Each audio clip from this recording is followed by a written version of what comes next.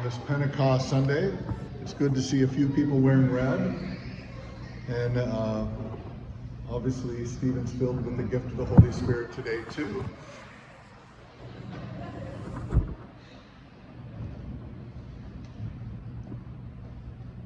But our celebration of the birthday of the church is a reminder to us of who we are and what we're about, what we're called to do.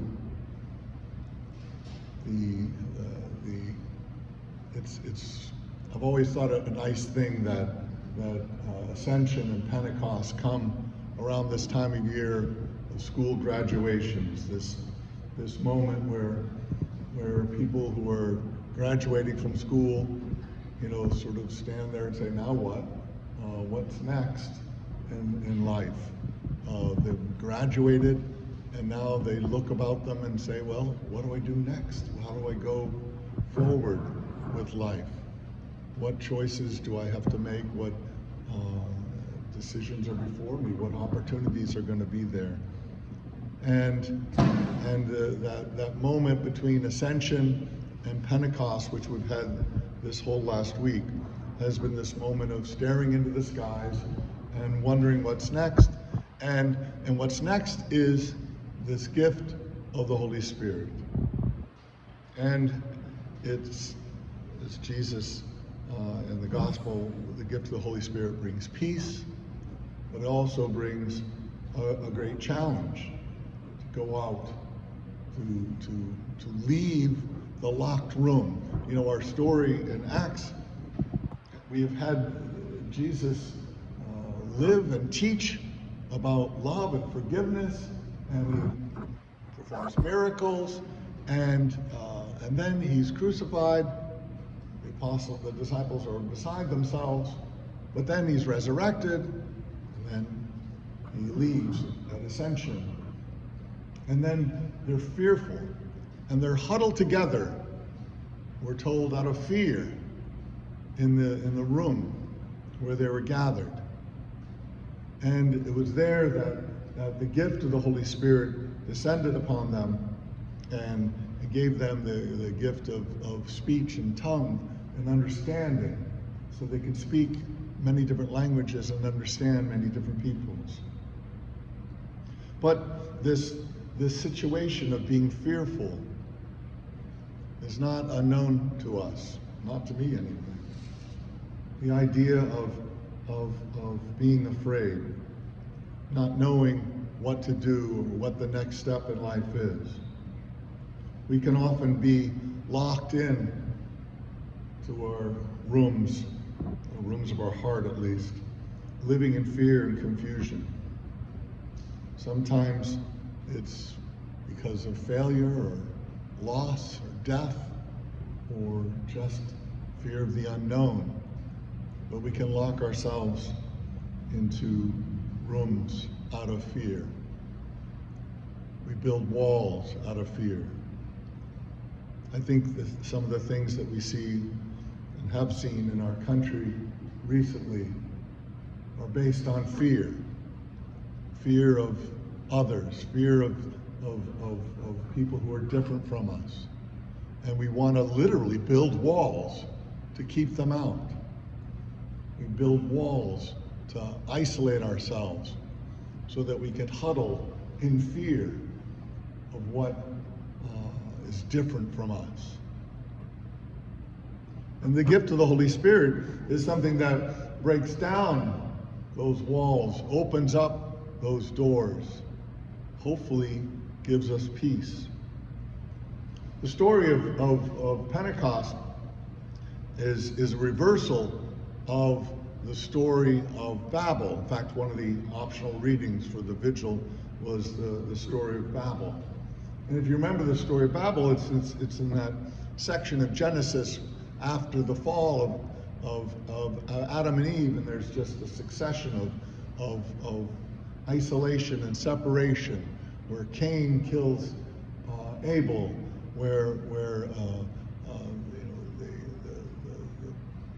the man and the woman are kicked out of the garden, and everything is going exactly in the opposite direction of what God intended with the Garden of Eden. And the end of that sequence is the story of the Tower of Babel, where people, out of their hubris, their arrogance, decide to be like God somehow, and they build a tower.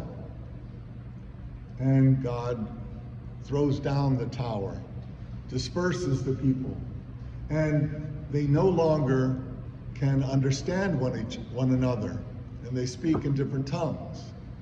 On one level, it's just the story of how come there's all these different languages out there. But another level is it's that our sin, our hubris, is what divides us and separates us from others. And the Pentecost story reverses that, because rather than hubris, we're starting in fear, and they're huddled together. Rather than building and expanding, they're huddled together in fear in a small room. And the gift of this Holy Spirit comes to the apostles, and their lives are changed because the doors are open, and they're told to go out to all the world, to spread the good news, to tell that story that they've been hearing from Jesus for the last 3 years. The stories of forgiveness and love and compassion. They're to tell the story of resurrection, how Jesus rose from the dead. They're to break down the doors, open the world, and expand, as we're told, to all the earth, to tell the good news. When we live in a world where we're building walls, when we're afraid of others, when we don't like folks who speak different languages and act differently and different skin colors and different ethnicities, we're reversing that story of Pentecost. We're getting back into that huddled room where we're afraid. I don't know that I like that. One of the things that have always made me feel a little inadequate is the message to the apostles is go out to all the world and proclaim the good news. And I basically stay at home. I don't do that. I haven't been sent off to the world. Sure, I've been to South Bend, but I think part of the message of going out to all the world is not just geographically, but we're called to break down those walls that divide us in our own neighborhood. We're called to spread the good news to people everywhere, including Old Town Portland. That we're to reach out to people who are marginalized and in need, the stranger, the homeless, the neglected, those who people don't put up walls against, they don't even see. They don't even acknowledge that they're around. And we're called, here at least, at St. Andre Bessette, that this is how we are called to be missionaries. This is how we are called to go to all the world and preach the good news, is to look into our neighborhood, find out what the needs are, and try to meet them. Try to spread the good news of Jesus Christ. It takes courage, but that's what the gift of the Holy Spirit gives us. It takes an inner peace within ourselves in the chaos of the streets, but that's also a gift of the Holy Spirit. As we celebrate the gift of the Holy Spirit on this birthday of the church, we remind ourselves that we are missionaries to the world, at least in our own backyard.